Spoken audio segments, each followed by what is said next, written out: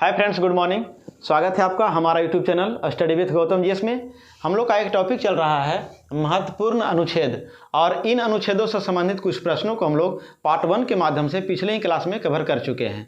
तो जो विद्यार्थी इसका पार्ट 1 नहीं देखें तो एक बार ज़रूर देख लें, ताकि आज का जो है पार्ट 2 होने वाला है आपको और भी बेहतरीन ढंग से समझ में आ सके। तो चलिए, सबसे पहले हम लोग का पढ़ने का तरीका ये है कि किसी प्रश्न को हम लोग रट करके याद नहीं करेंगे, ज़्यादातर प्रयास करेंगे कि उन प्रश्नों को एक अच्छे कॉन्सेप्ट के माध्यम से याद करें और प्रश्नों को रिलेट कर करके पढ़ें। तो चलिए हम लोग देखते हैं कि हम लोग को क्या क्या पढ़ना है। यहाँ हम लोग देखेंगे राज्यपाल, मंत्रिपरिषद, राज्य विधानमंडल, उच्च न्यायालय, केंद्र राज्य संबंध, सेवाएं और निर्वाचन आयोग, और साथ ही साथ जो इम्पोर्टेंट कुछ जो अनुच्छेद है और उन अनुच्छेदों में जो प्रावधान दिए गए हैं उनको भी हम लोग पढ़ेंगे। तो हम लोग इस तरह से जानेंगे कि अनुच्छेद 152 क्या कहता है। तो अनुच्छेद 152 में राज्यपाल से संबंधित कुछ प्रश्नों को हम लोग देखेंगे। राज्यपाल में हम 5 प्रकार के अनुच्छेद पढ़ेंगे जो एग्जाम के दृष्टिकोण से इंपॉर्टेंट है, जिसमें हम लोग पहला पढ़ेंगे कि अनुच्छेद 152 क्या है। तो अनुच्छेद 152 क्या कहा गया है? राज्यपाल का परिभाषा, राज्यपाल की परिभाषा, ठीक है। और 53 में क्या कहा गया? राज्यपाल की परिभाषा 100 कितना हो गया? 52। और यहाँ सिर्फ 52 में क्या कहा गया था? गौर से पढ़िएगा, रिलेट कर रहे हैं प्रश्नों को। एक 52 हम लोग पिछले क्लास में जो पार्ट 1 पढ़े थे उसमें 52 क्या कहा गया? केवल 52 में कहा गया कि भारत में एक राष्ट्रपति होंगे, राष्ट्रपति। लेकिन यहाँ 152 में क्या कहा गया? 152 में कहा गया राज्यपाल। अब सुनिए क्या प्रश्न है। सो जिस प्रकार से केंद्र में राष्ट्रपति जो है कार्य करते हैं और हर राज्य में राज्यपाल कार्य करते हैं, तो केंद्र में राष्ट्रपति और राज्य में राज्यपाल। लेकिन यहाँ 52 में राष्ट्रपति हैं और यहाँ 152 में राज्यपाल की केवल परिभाषा है, राष्ट्रपति है नहीं। तो इसका मतलब ये है, थोड़ा सा याद करने का ये तरीका है, ना कि पढ़ाई से कोई रिलेटेड है। मतलब कहने का मतलब कि 52 में राष्ट्रपति, तो 152 में भी अगर राज्यपाल हो जाता तो कितना अच्छा होता। लेकिन 152 में राज्यपाल है नहीं, यहाँ दे दिया राज्यपाल के परिभाषा। तो राज्यों के लिए राज्यपाल है कितना में? राज्यों के लिए राज्यपाल,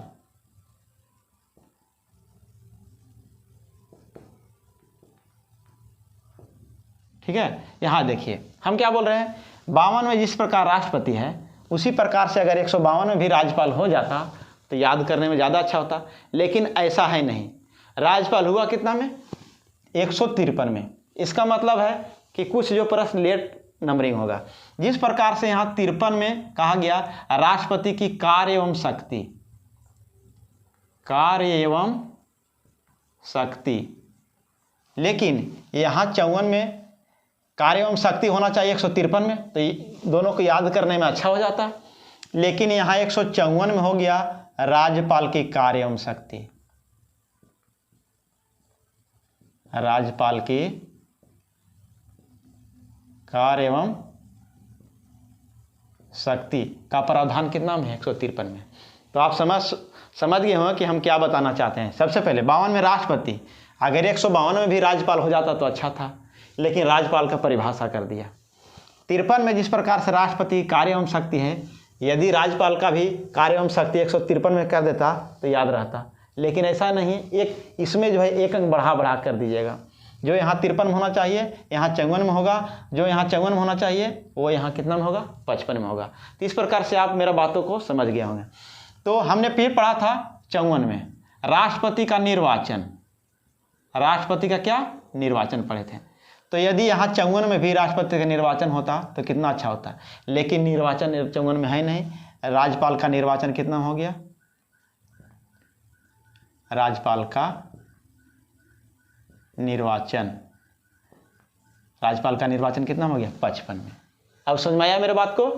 थोड़ा सा रिलेट किए। ये जो है क्लास जो हम लोग पढ़े थे, पिछले क्लास में हम लोग पढ़े थे, जिसको हम विद्यार्थियों को पार्ट 1 देखने के लिए बोले हैं। फिर से एक बार, 52 में एक राष्ट्रपति का चर्चा किया गया है, लेकिन 152 में एक राज्यपाल का परिभाषक चर्चा किया गया है।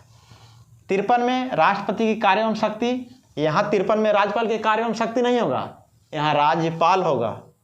तो राज्यपाल की कार्य एवं शक्ति कब होगा? ये अगर 53 में है तो एक नंबर बढ़ा के 154 में होगा राज्यपाल की कार्य शक्ति। यहाँ जो निर्वाचन 54 में है, इसका मतलब यहाँ 155 में होगा, 155 में होगा। राष्ट्रपति का एक प्रावधान दिया गया है, विशेष पावर दिया गया है, क्षमादान, है ना, क्षमादान। राष्ट्रपति के पास क्षमा करने का प्रावधान होता है। कहा जाता है कि फांसी की सजा को रोक सकते हैं तो केवल राष्ट्रपति रोक सकते हैं। उसी प्रकार से राज्य में राज्यपाल को भी एक पावर दिया गया है क्षमादान का। वो अनुच्छेद कितना के तहत? 161 के तहत। तो विद्यार्थी इस प्रकार से रिलेट करके प्रश्नों को पढ़ें और रिवीजन जरूर करें, 1 या 2 बार 3 बार जितना बार करना है। जितना आप रिवीजन करेंगे उतने अच्छे तरीके से आप समझ पाएंगे। तो यहाँ से प्रश्नों को हमने रिलेट किया, ठीक है। अब हम लोग चलेंगे मंत्रिपरिषद की ओर। तो मंत्रिपरिषद में हम लोग देखेंगे क्या है। मंत्रिपरिषद कहा गया राज्य मंत्रिपरिषद, राज्य मंत्रिपरिषद। अब सुनिए गौर से, पहले हम लोग वहाँ केंद्र में मंत्रिपरिषद भी पढ़े थे। पिछले क्लास में हम लोग केंद्र में ही मंत्रिपरिषद पढ़े थे। तो केंद्र में मंत्रिपरिषद कैसे पढ़े थे? 74 में मंत्रिपरिषद था, मंत्रिपरिषद। ये सेंट्रल की बात है। ये सब जो है CENTRAL, सेंट्रल मतलब केंद्र की बातें हम कर रहे हैं, केंद्र और राज्य। ये जो हम पढ़े राज्य, लेकिन हम तुलना कर रहे हैं सेंट्रल से। तो हम लोग केंद्र में पढ़े थे 74 में मंत्रिपरिषद और 75 में था प्रधानमंत्री। क्या था? प्रधानमंत्री, ठीक है। उसी प्रकार से हम लोग यहाँ देखेंगे कि 63 में क्या हो गया? राज्य का मंत्रिपरिषद, और उन्हीं मंत्रियों में से एक मुख्यमंत्री बनेंगे। तो 63 के बाद क्या होता है? 164। तो यहाँ पर हो जाएंगे क्या? मुख्यमंत्री। इस प्रकार से रिलेट कर पढ़ना है। रिलेट करने से क्या होगा कि हमें हर तरह के प्रश्नों को जो है समझने का जो है क्या होगा, माइंड में पावर रहेगा। इस प्रकार से याद रखेंगे। और एग्जाम के दृष्टिकोण से तो ये सारा प्रश्न जो है इंपॉर्टेंट है। आप अगर जितना समय लगे तो समय दे करके ये क्लास को देखें, दोनों वीडियो को, ठीक है। इससे जरूर एग्जाम में जो है हमेशा प्रश्न आते रहता है। तो मुख्यमंत्री हो गया 63 में। यहाँ राज्य मंत्रिपरिषद होगा तो इन्हीं मंत्रियों में से एक क्या होंगे? इन्हीं मंत्रियों में से एक मंत्री चुनाएंगे जिसको नाम है सीएम बनेंगे। तो 164 में मुख्यमंत्री, केवल 75 में प्रधानमंत्री। तो प्रधानमंत्री मंत्रिमंडल से चुना के आते हैं, मंत्रिपरिषद से। तो ये मंत्रिपरिषद सेंट्रल वाला कितना में? 74 में, और प्रधानमंत्री कितना में? 75 में। लेकिन राज्य वाला मंत्रिपरिषद कितना में? 163 में। अब 164 में क्या है? मुख्यमंत्री। 165 में क्या है? अब सेंट्रल पहुँचते हैं। 76 में महान्यायवादी है। क्या है? फिर से यहाँ 76 में महान्यायवादी। और ये महान्यायवादी प्रथम विधि अधिकारी होता है। आप पहले भी जानते हैं कि प्रथम विधि अधिकारी कौन है, तो कौन होता है? तो महान्यायवादी होता है ना, प्रथम विधि अधिकारी। इसका विशेष चर्चा और भी हम लोग पढ़ेंगे बाद में, लेकिन फिलहाल के लिए हम लोग पढ़ रहे हैं अनुच्छेद, तो केवल अनुच्छेद का चर्चा करेंगे। तो 76 में किसका प्रावधान दिया गया है सेंट्रल में? तो महान्यायवादी का। और महान्यायवादी का नियुक्ति करता है वहाँ पर राष्ट्रपति, ठीक है, राष्ट्रपति करता है। उसी प्रकार से यहाँ हम देंगे मुख्यमंत्री को यहाँ महाधिवक्ता। क्या देंगे? महाधिवक्ता। तो महाधिवक्ता का प्रावधान कितना में है? अनुच्छेद 165 में। और महाधिवक्ता का नियुक्ति कौन करता है? राज्यपाल करता है। तो यहाँ से आपने क्लियर किया होगा। देखिए यहाँ पे 63 में राज्य मंत्रिपरिषद, 164 में मुख्यमंत्री, 165 में महाधिवक्ता, ठीक है। अब हम लोग यहाँ पढ़ेंगे। देखिए जैसे यहाँ है विधानमंडल,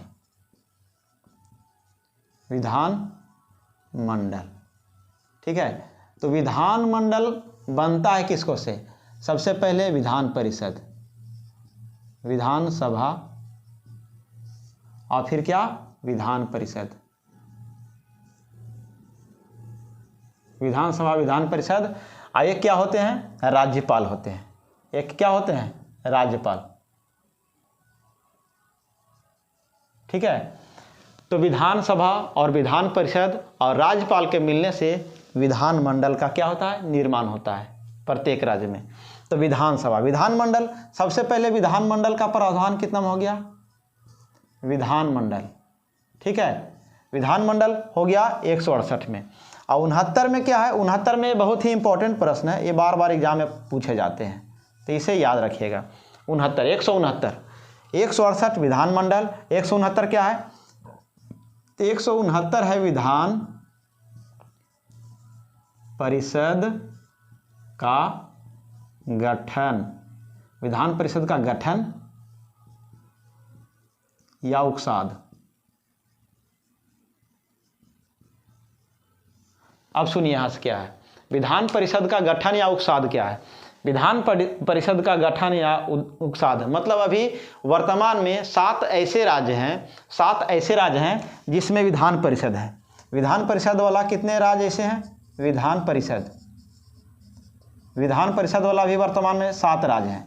तो 7 राज्य हैं, कहने का मतलब ये है कि जो राज्य विधान परिषद को रखना चाहते हैं तो रख सकते हैं, नहीं रखना चाहते हैं तो नहीं रख सकते हैं। इसी को कहा गया है विधान परिषद का गठन करना है तो करिए और नहीं करना है तो नहीं कीजिए। तो विधान परिषद का गठन या फिर उकसाद 169 अनुच्छेद नंबर 169 क्या कहता है, विधान परिषद का गठन या उकसाद। विधान परिषद अभी वर्तमान में कितने राज्यों में है, तो 7 राज्य में, 7 राज्यों में विधान परिषद अभी है। ठीक है, बाकी हम लोग बाद में पढ़ेंगे कौन कौन से राज्य में विधान परिषद है, तो सबका अलग अलग टॉपिक आएगा।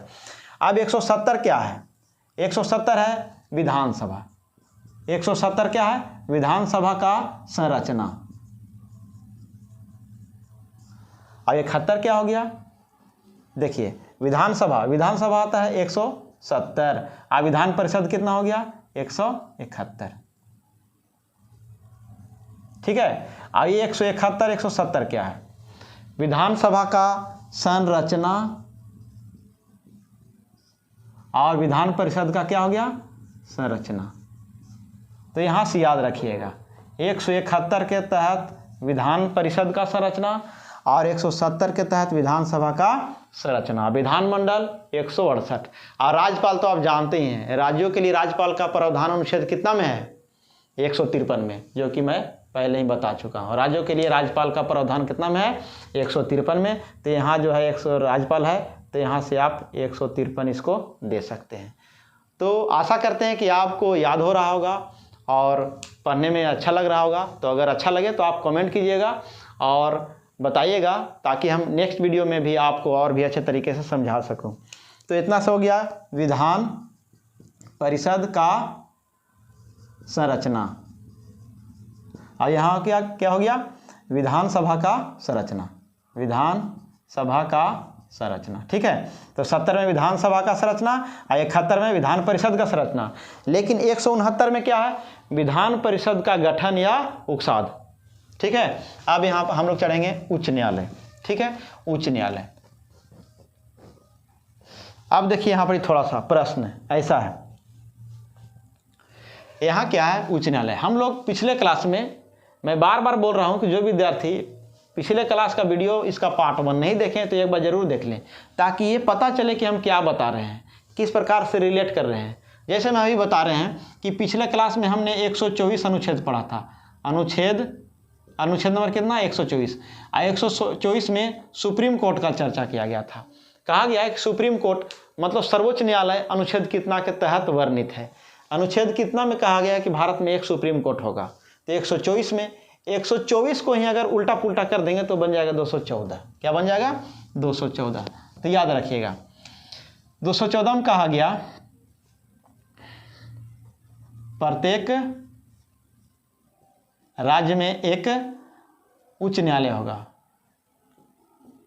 एचसी का प्रावधान।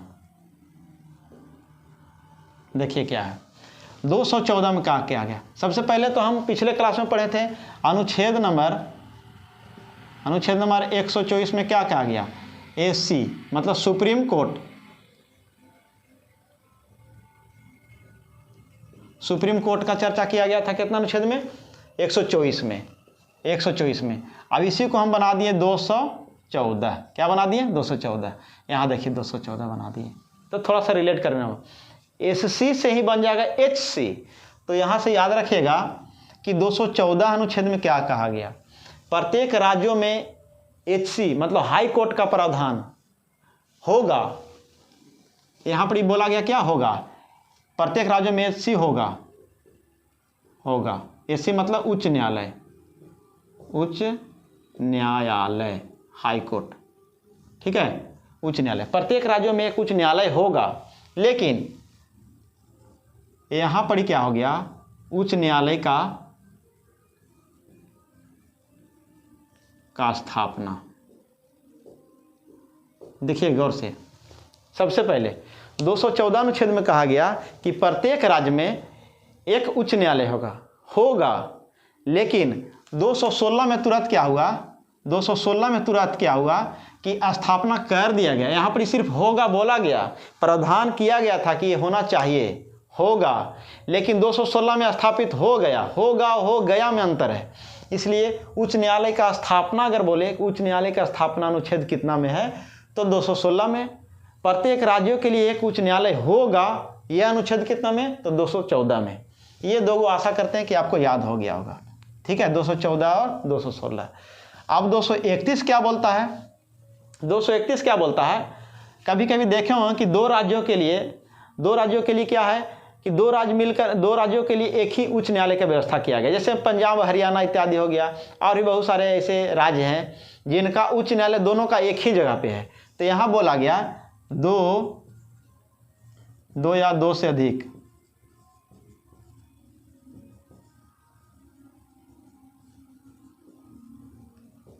राज्यों के लिए एक उच्च न्यायालय।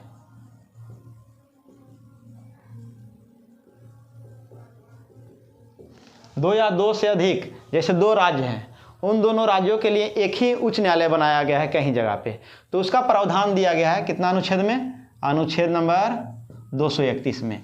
इन सब प्रश्नों को याद करते हुए चले। दो या दो से अधिक राज्यों के लिए एक उच्च न्यायालय का व्यवस्था किया गया है अनुच्छेद कितना के तहत, तो 231 के तहत। अब हम लोग पढ़ें केंद्र राज्य संबंध। केंद्र राज्य संबंध में हम लोग क्या देखेंगे, राज्य सूची के विषय पर यहाँ 249, ये 249 जो है इंपॉर्टेंट है। जिसको अगर इंपॉर्टेंट बोल दिए तो समझिए कि वो इंपॉर्टेंट है। और देखिएगा अगर सेट मारते हैं तो जरूर ये सब प्रश्न जो है एग्जाम में मिलेगा।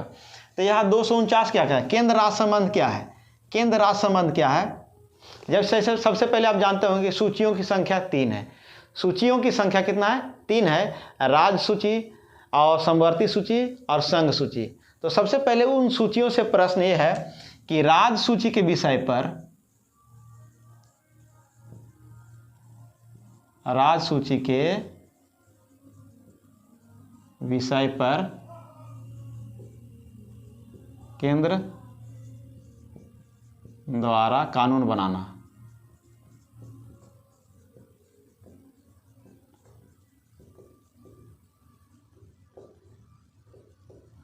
अब सुनिए प्रश्न क्या है, 249 में क्या है। 249 देखिए, यहाँ पर हम लोग क्या पढ़ रहे हैं, केंद्र राज्य संबंध, केंद्र और राज्य के बीच संबंध पढ़ रहे हैं। तो सबसे पहले केंद्र राज्य के बीच संबंध क्या है, जैसे में संघ सूची, राज्य सूची और समवर्ती सूची क्या है। संघ सूची में जिसमें जो है केंद्र सरकार कानून बनाते हैं, जिस विषय पे केंद्र सरकार कानून बनाते हैं वे जो है विषय संघ सूची के अंतर्गत आते हैं, और जिस विषय पे राज्य सरकार कानून बनाते हैं वे राज्य सूची के अंतर्गत आते हैं। और कुछ विषय ऐसा भी है जिस पर दोनों मिल करके कानून बनाता है, वैसे विषय जो है क्या है, समवर्ती सूची के अंतर्गत आता है। कभी कभी देखा जाता है कि जो राज्य सूची का विषय है उस पर भी केंद्र सरकार कानून बना देता है। क्यों करता है ऐसा, केंद्र को लगता है कि यह विषय जो है मतलब देश के लिए है, पूरा केंद्र के लिए हो सकता है, तो ऐसे विषयों पर केंद्र सरकार डायरेक्ट जो है कानून बना सकता है। ठीक है, तो यही बोला गया 249 में। फिर से एक बार समझिए गौर से, ये केंद्र राज्य संबंध क्या है। हालांकि राज्य सूची के विषय पर राज्य सरकार ही कानून बनाएगा, लेकिन कुछ विषय अगर लगा केंद्र को कि यह विषय जो है केंद्र के लिए इम्पोर्टेंट है या पूरा देश भर के लिए इम्पोर्टेंट है, तो इस पर राज्य सरकार कानून नहीं बना करके बल्कि केंद्र सरकार कानून बनाएगा। इसलिए कहा गया 249 में कि कुछ मामले में राज्य सूची के विषय पर केंद्र द्वारा कानून बनाया जा सकता है। केंद्र में कौन बनाता है कानून, संसद के द्वारा बनाए जाते हैं। जैसे संसद में कौन कौन होते हैं, लोकसभा, राज्यसभा और राष्ट्रपति के मिलने से संसद का क्या होता है, निर्माण होता है। तो इस प्रकार से हमने पिछले क्लास में भी पढ़ाया था, तो फिर से एक बार बोल रहा हूँ कि पिछला क्लास पहले देखिए, उसके बाद इसको देखिए। 262 क्या है, नदी जल विवाद। नदी जल विवाद। अब ये नदी जल विवाद एक नया प्रश्न आया। ये नदी जल विवाद क्या है? 262 कैसे याद रहे? 249। यहाँ से थोड़ा सा याद करना, थोड़ा सा टफ रहेगा लेकिन याद करना है। केंद्र राज्य संबंध में याद रखिए 249 है ना। 249 में रासू जी के कुछ मामले में रासू जी के विषय पर केंद्र सरकार द्वारा कानून बनाया जाता है। अनुच्छेद कितना के तहत? 249 के तहत। 262 देखिए, याद करने का तरीका है, थोड़ा सा अपना माइंड लगा रहे हैं कि 2 इधर भी और 2 इधर भी, आप बीच में हो गया है 6। बोल रहा है दोनों मिलके कि 2 और 2 4 होते हैं, तो ये बोल रहा है कि नहीं हम 6 हो जाएंगे। मतलब 2 और 2 कितना होना चाहिए? 4 होना चाहिए, लेकिन हो गया कितना? 6। मतलब माइंड में ये सेटअप कीजिएगा कि 2 इधर और 2 इधर, अब बीच में 4 होना चाहिए, तो हो गया कितना? 6। इसका मतलब हो गया 262। अब मैं क्या बताना चाहता हूँ जो समझिएगा। मतलब आप सुने होंगे कावेरी जल विवाद, एक प्रश्न आता है हमेशा एग्जाम में, कावेरी जल विवाद। ठीक है, कावेरी नदी जो है दक्षिण की गंगा, कावेरी नदी को जो कहा जाता है दक्षिण की गंगा, इस कावेरी नदी के जल को लेकर के 2 राज्यों में हमेशा विवाद होते रहता है। वो 2 राज्य हैं, एक है कर्नाटक और एक क्या है? तमिलनाडु। ठीक है, तो पूछा जाएगा कि कावेरी जल विवाद कब हुआ था? तो 1960 ईस्वी में। गौर से सुनिएगा, कावेरी जल विवाद, कावेरी नदी का पानी को लेकर के कर्नाटक और तमिलनाडु में हमेशा झड़प होते रहते हैं। तो एक अनुच्छेद में इसका चर्चा किया गया 262 में, इसीलिए मैं समझा रहा था कि 2 और 2 4 होते हैं, लेकिन हो गया कितना? 6। इसी को लेकर लड़ाई हो रहा है।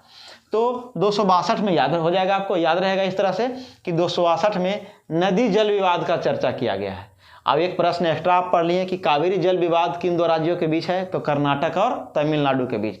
कावेरी जल विवाद कब हुआ था पहली बार? तो 1960 ईस्वी में। ठीक है, तो नदी जल विवाद 262 में। और 263 में क्या है? 263 में देखिए किसका प्रावधान है। सो अंतर्राज्यीय परिषद का गठन। 263 में क्या कहता है? अंतर्राज्यीय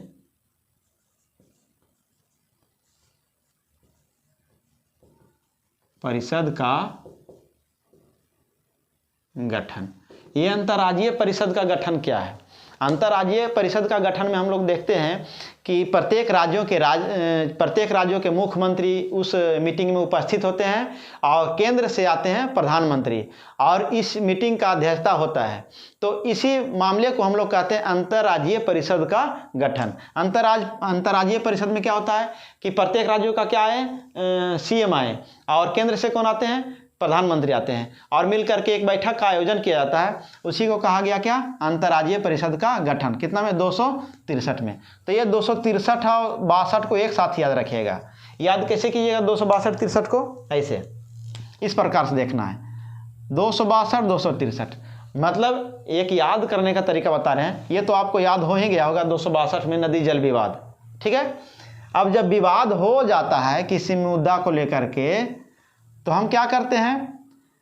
परिषद का गठन करते हैं, है ना। परिषद का गठन, परिषद का गठन का मतलब अगर विवाद हो गया, लड़ाई का मुद्दा हो गया, तो बैठक करके उस मुद्दा को क्या करते हैं? शांत करते हैं। तो अंतर्राज्यीय परिषद का गठन, परिषद का मतलब बैठना एक तरह से हुआ, इसको याद रखिएगा। अंतर्राज्यीय परिषद का गठन अनुच्छेद कितना में है? 263 में। नदी जल विवाद 262 में। विवाद हो जाएगा तो क्या करेंगे? परिषद का गठन करेंगे। ठीक है, तो इस तरह से थोड़ा सा याद रखिए 262-263।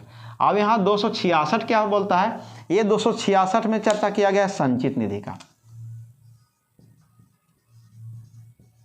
संचित निधि, ठीक है, यहां से देखिएगा 266 में संचित निधि क्या है? जो अधिकारियों का वेतन मिलता है, जैसे राष्ट्रपति, उपराष्ट्रपति, प्रधानमंत्री इत्यादि को जो वेतन मिलता है, यही संचित निधि से मिलता है। ये संचित निधि से ही मिलता है। तो संचित निधि का प्रावधान कितना में किया गया? 266 में। ठीक है, तो 266 को क्या करना है? याद रखना है। और बगल में संचित निधि के बगल में एक निधि और है, आकस्मिक निधि। आकस्मिक निधि, ठीक है। तो ये सब प्रश्नों को एकदम कॉन्सेप्चुअली याद करते चलें, ताकि एग्जाम में जो है किसी प्रकार से भूलने का बीमारी ना हो। तो 66-67 66-67 जिस प्रकार से 262 263 याद किए, 263 में अंतर्राज्यीय परिषद का गठन, तो 262 में क्या, नदी जल विवाद था। उसी प्रकार से 266 में संचित निधि, तो यहाँ पर 267 में क्या होगा, आकस्मिक निधि। ये आकस्मिक निधि क्या है, आकस्मिक निधि का मतलब क्या हुआ, जो भारत सरकार द्वारा राजस्व का वसूली जो होता है, जो राजस्व का वसूली होता है, करों की जो वसूली होती है, वह आकस्मिक निधि में रखा जाता है। और ये आकस्मिक निधि से ये आकस्मिक निधि हमारे लिए तब काम आती है जब इमरजेंसी लागू होता है भारत में, किसी प्रकार का आकस्मिक मतलब वैसा कोई अनिश्चित जो घटना होती है, तो ये इससे जो है पैसे खर्च किए जाते हैं। वही आकस्मिक निधि का चर्चा किया जा रहा है अनुच्छेद कितना में, 267 में। 266 में संचित निधि, अधिकारियों, राष्ट्रपति, ले लीजिए सर्वोच्च न्यायालय का मुख्य न्यायाधीश, राष्ट्रपति, प्रधानमंत्री, उपराष्ट्रपति इत्यादि को जो वेतन मिलता है वह कहाँ से मिलता है, संचित निधि से मिलता है। आकस्मिक निधि क्या है, राजस्व की वसूली या करों की वसूली करके जो पैसा एकत्रित होते हैं वह आकस्मिक निधि में होता है। और यह जो है जो इमरजेंसी समय यहाँ से पैसे खपत किए जाते हैं, ठीक है। और 280 में क्या है, वित्त आयोग, वित्त आयोग आपका एक होमवर्क है। तो अगर जो भी इस वीडियो को देख रहे हैं, इस क्लास को, तो देखिएगा, आप बताइएगा कि अभी वित्त आयोग का अध्यक्ष कौन है। होता है 15वें वित्त आयोग, 16वें वित्त आयोग, 7वें वित्त आयोग। तो इस प्रकार से 15वें वाला बताना है आपको, ठीक है ना। 15वें 16वें अगर जो भी हो, तो इसका आपको होमवर्क है, हमारा माइंड में नहीं है इसलिए आपको दिए। तो बताइएगा अभी वित्त आयोग कहीं में चल रहा है, और उस कईवीं वित्त आयोग चल रहा है, और उस वित्त आयोग का अध्यक्ष कौन है। तो हम लोगों ने यहाँ चर्चा किया 280 अनुच्छेद में कहा गया वित्त आयोग का गठन, वित्त आयोग का गठन अनुच्छेद कितना में, 280 में। और वित्त आयोग क्या है, तो वित्त आयोग समझिएगा, केंद्र और राज्य के बीच करों का विभाजन करता है कौन, तो वित्त आयोग। केंद्र CNTRL सेंट्रल प्लस स्टेट में टैक्स का विभाजन कौन करता है, वित्त आयोग, ठीक है। तो वित्त आयोग का गठन कितना में हो गया, 280 में। वित्त आयोग का गठन करता है कौन, राष्ट्रपति करते हैं। और राष्ट्रपति करते हैं कितने वर्षों के लिए, तो 5 वर्षों के लिए। तो वित्त आयोग का गठन राष्ट्रपति द्वारा 5 वर्षों के लिए किया जाता है। और वित्त आयोग का कार्य क्या है, तो केंद्र और राज्य के बीच जो करों का जो विभाजन और टैक्स का जो विभाजन होता है उसको करता है कौन, वित्त आयोग, ठीक है। अब हम लोग पढ़ेंगे सेवा, इसको मिटा दे थोड़ा।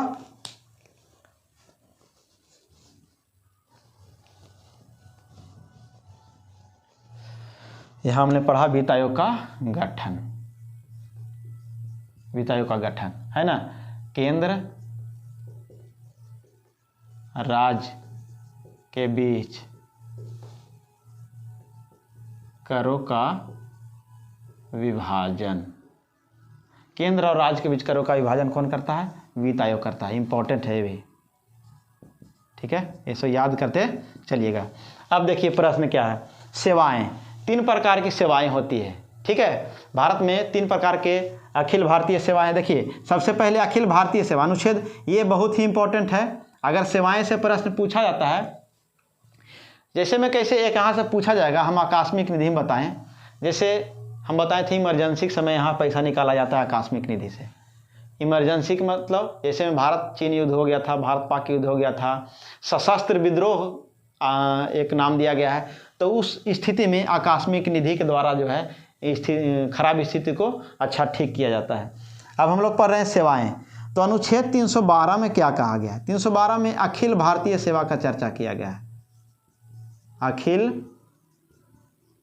भारतीय सेवा, अखिल भारतीय सेवा, अखिल भारतीय 3 प्रकार के हैं सेवा। जैसे में एक होता है IAS, एक होते हैं IPS, एक होता है IFS।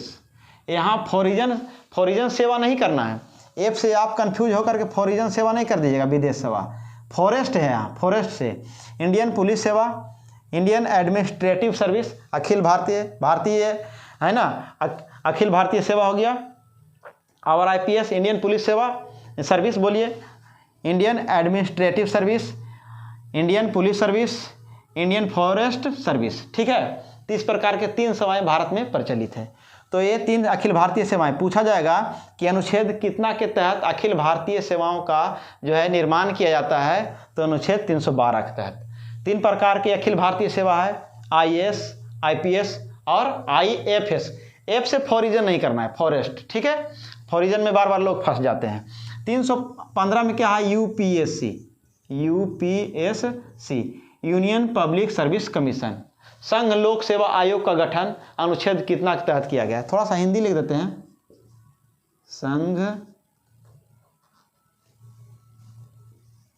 संघ लोक सेवा आयोग। संघ लोक सेवा आयोग का गठन 315 अनुच्छेद के तहत किया जाता है। अखिल भारतीय सेवाओं का निर्माण जो है 312 अनुच्छेद के तहत किया जाता है। अखिल भारतीय सेवा कितने तरह के होते हैं? तो 3 तरह के होते हैं, IAS, IPS और IPS। बाकी आप फुल फॉर्म जानते हैं पहले से भी, union public service commission, Indian administrative service, Indian police सेवा सर्विस, इंडियन फॉरेस्ट सर्विस। ठीक है, बाकी हिंदी आप कर लीजिएगा। 312 में आप समझ गए। अब हम लोग चलते हैं इधर अनुच्छेद 324। ठीक है, अनुच्छेद 324 में किसका वर्णन किया गया है? अनुच्छेद 324 में सबसे पहले निर्वाचन आयोग है। निर्वाचन आयोग। निर्वाचन आयोग कितना में है? अनुच्छेद 324। 124 में क्या है? सर्वोच्च न्यायालय है। ठीक है, याद रखिएगा, सर्वोच्च न्यायालय 124 में, और 324 में क्या है? निर्वाचन आयोग। यदि पूछा जाए कि वर्तमान में निर्वाचन आयुक्त कौन है, निर्वाचन आयुक्त कौन है? अरुण गोयल, अनूप चंद्र पांडे। अरुण गोयल, एक है अनूप चंद्र पांडे। ठीक है, ये दोनों क्या है? निर्वाचन आयुक्त है वर्तमान में। कितना? 2023 की बातें कर रहे हैं। ठीक है, पूछा जाएगा कि निर्वाचन आयोग अनुच्छेद कितना में है? निर्वाचन आयोग, निर्वाचन करने का जो है काम है निर्वाचन आयोग का है, राज्य निर्वाचन आयोग का। तो यहाँ से निर्वाचन आयोग का जो है अनुच्छेद दिया गया है 324 में है। पूछा जाएगा कि निर्वाचन आयोग अनुच्छेद कितना में है? अनुच्छेद कितना के तहत निर्वाचन आयोग का गठन किया गया? तो 324। वर्तमान में अभी चल रहा है 2023, तो वर्तमान में निर्वाचन आयुक्त कौन है? निर्वाचन आयुक्त तो 2 व्यक्तियों को बनाया गया है, एक अरुण गोयल और एक अनूप चंद्र पांडे। ठीक है, अगर पूछा जाए प्रथम कौन थे? प्रथम आयुक्त, निर्वाचन आयोग का प्रथम कौन थे आयुक्त? तो सुकुमार सेन थे। सुकुमार सेन प्रथम कौन थे? सुकुमार सेन थे। तो याद रखिएगा, निर्वाचन आयुक्त प्रथम कौन थे? तो सुकुमार सेन थे। अभी वर्तमान में कौन कौन निर्वाचन आयुक्त है? अरुण गोयल, अनूप चंद्र पांडे। तो ये थोड़ा सा करेंट अफेयर था। अब देखिए 330 में क्या है। यहाँ से जो है बहुत ही प्रश्न पूछे जाते हैं और बहुत ही इंपॉर्टेंट प्रश्न है। ये सब प्रश्न आता है वो तो ठीक है, लेकिन सबसे इम्पोर्टेंट क्या है कि ये जो एरिया है इधर सब SC ST OBC इत्यादि से भरा पड़ा है, इसलिए ये इम्पोर्टेंट है। तो यहाँ से क्या प्रश्न बनता है? 330 में 330 क्या कहता है?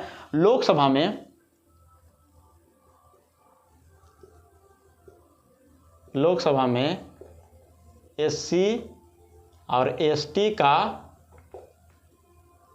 क्या बोलते हैं उसको?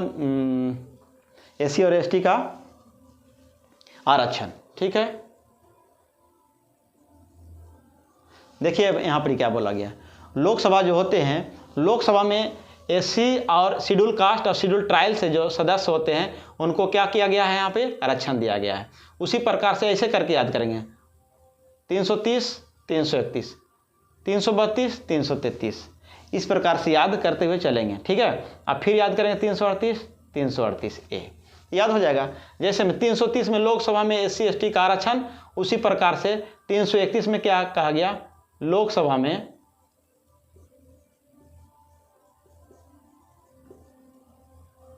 आंग्ल भारतीय, आंग्ल भारतीय का आरक्षण है ना, आंग्ल भारतीय का आरक्षण। ठीक है, फिर से एक बार 330 में क्या कहा गया कि लोकसभा में एससी एसटी के लिए क्या होगा, आरक्षण होगा। और 31 में क्या कहा गया कि लोकसभा में ही एससी एसटी नहीं, अब आंग्ल भारतीयों को भी क्या होगा, आरक्षण मिलेगा। 332 में क्या बोलता है, 332 में बोलता है, आप देखिए विधानसभा में एससी और एसटी का आरक्षण। फिर से एक बार लिख देते हैं यहाँ से, विधानसभा में एससी एसटी का आरक्षण। सुनिए गौर से, केंद्र में दिया, केंद्र में यहाँ मिला लोकसभा में, केंद्र में यहाँ एससी एसटी को मिला लोकसभा में, और यहाँ राज्य में मिला विधानसभा में एससी और एसटी का आरक्षण, यहाँ पर एससी और एसटी का आरक्षण।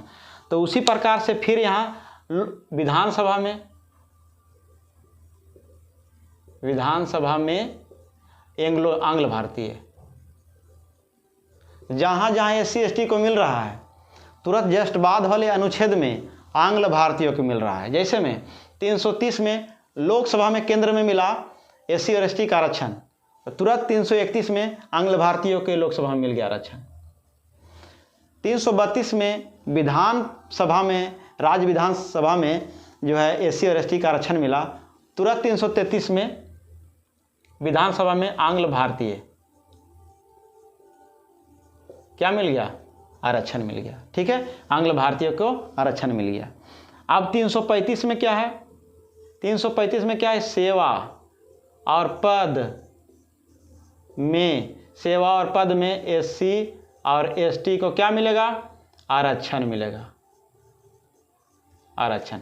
जैसे सेवा और पद में मतलब क्या होगा, सेवा पद, जैसे हम सर्विस करते हैं तो अगर एससी और एसटी के जो कैंडिडेट होते हैं उनको जो है सेवाओं में भी आरक्षण मिलता है। जैसे नंबर बेसिस पर अगर एग्ज़ाम हो रहा है तो क्या होता है कि कट ऑफ जो है थोड़ा उनका कम जाता है, तो यही सेवा और पद में, पद जैसे प्रमोशन वगैरह इत्यादि हो गया, तो जो है एससी और एसटी के जो कैंडिडेट होते हैं उनका जो थोड़ा सा छूट मिलता है, तो उसी का चर्चा किया गया यहाँ 335 में। सेवा या पद में एससी और एसटी का क्या मिलता है, आरक्षण मिलता है।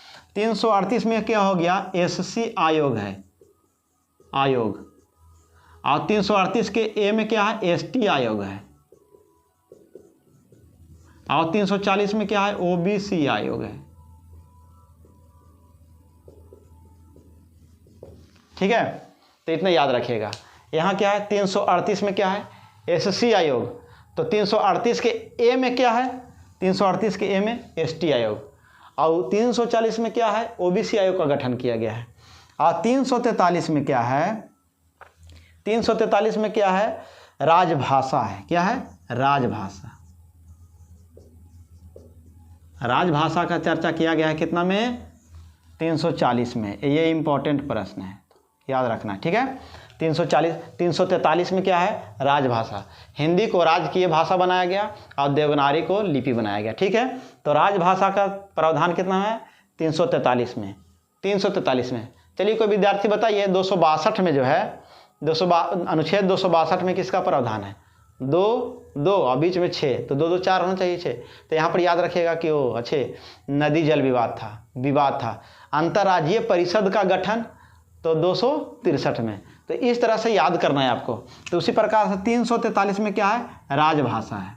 ठीक है, राजभाषा का प्रावधान है। अब यहाँ तो आप लोग जानते होंगे कि 352 में राष्ट्रीय आपात है, राष्ट्रीय आपात। अभी तक कई बार लगा, 3 बार लगा। यहाँ पर 356 क्या है, राष्ट्रपति शासन, राष्ट्रपति शासन। ठीक है, और 360 क्या है, वित्तीय आपात।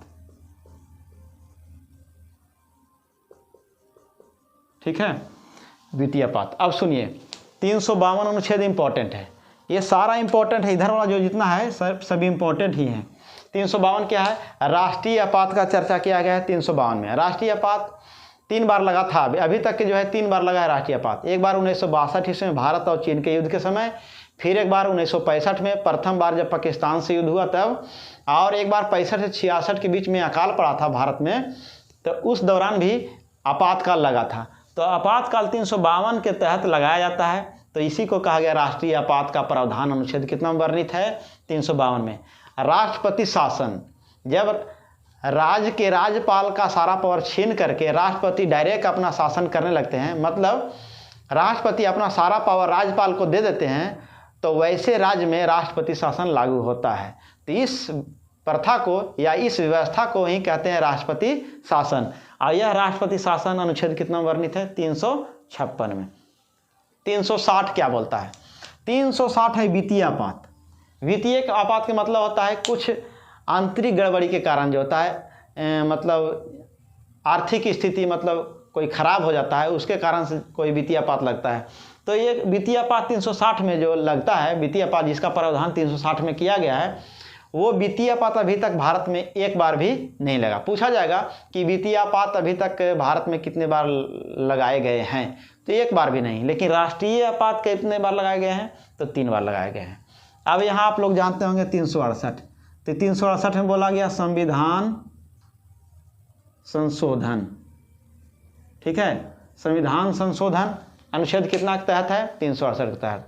आप जानते हैं कि संविधान में मतलब किसी रूल्स को ऐड करना या कोई ऐसा गलत प्रावधान है तो उसको हटाना ही क्या कहलाता है, संशोधन कहलाता है। और यह प्रक्रिया दक्षिण अफ्रीका के संविधान से लिया गया है। बाकी विशेष हम लोग संविधान में पढ़ेंगे। अभी हम लोग यह जानेंगे कि संविधान संशोधन अनुच्छेद कितना में है, 368 में। अब 370, धारा 370 अब जम्मू कश्मीर से संबंधित था। जम्मू कश्मीर को एक विशेष अनुच्छेद प्राप्त था धारा 370 के तहत, मतलब अनुच्छेद 370 के तहत यह कार्य करता था। अब जम्मू कश्मीर को राज्य का दर्जा समाप्त करके और केंद्र शासित प्रदेश बना दिया गया है।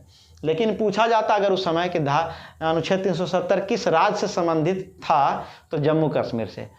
फिर से एक बार रिकॉल कर लेते हैं कि संविधान संशोधन अनुच्छेद कितना में, 368। 356 में क्या था, 356 में था राष्ट्रपति शासन। और वित्तीय आयोग कितना था, वित्त आयोग बोल रहे हैं, तो वित्त आयोग 280 में हो जाएगा। आपको बता चुके हैं पहले ही, वित्त आयोग कितना में, 280 में। वित्तीय आपात अलग है, वित्तीय आपात 360, वित्तीय आपात कितना में, 360। तो इस प्रकार से आपको 1-2 बार रिकॉल करना होगा। और रिकॉल करने से क्या होगा कि ये कॉन्सेप्ट तो मैं बताया, और पढ़ने से क्या होगा कि आपके अंदर भी कुछ जो है अपना कॉन्सेप्ट क्लियर होगा। तो अपने खुद से पढ़ने से कुछ एक्स्ट्रा जो कुछ मिलता है हमारा मटेरियल, और कुछ एक्स्ट्रा जो नॉलेज बढ़ता है, वो आपको ज़्यादा फायदा करेगा। हमने एक अच्छे कॉन्सेप्ट के माध्यम से और कुछ रिवीजन के तौर पे इन सभी प्रश्नों को क्लियर किया। अगर आपको ये मेरा वीडियो अच्छा लगे तो लाइक और शेयर ज़रूर कीजिएगा। और इस वीडियो को इतने देर देखने के लिए बहुत बहुत धन्यवाद। मिलते हैं अगले क्लास में।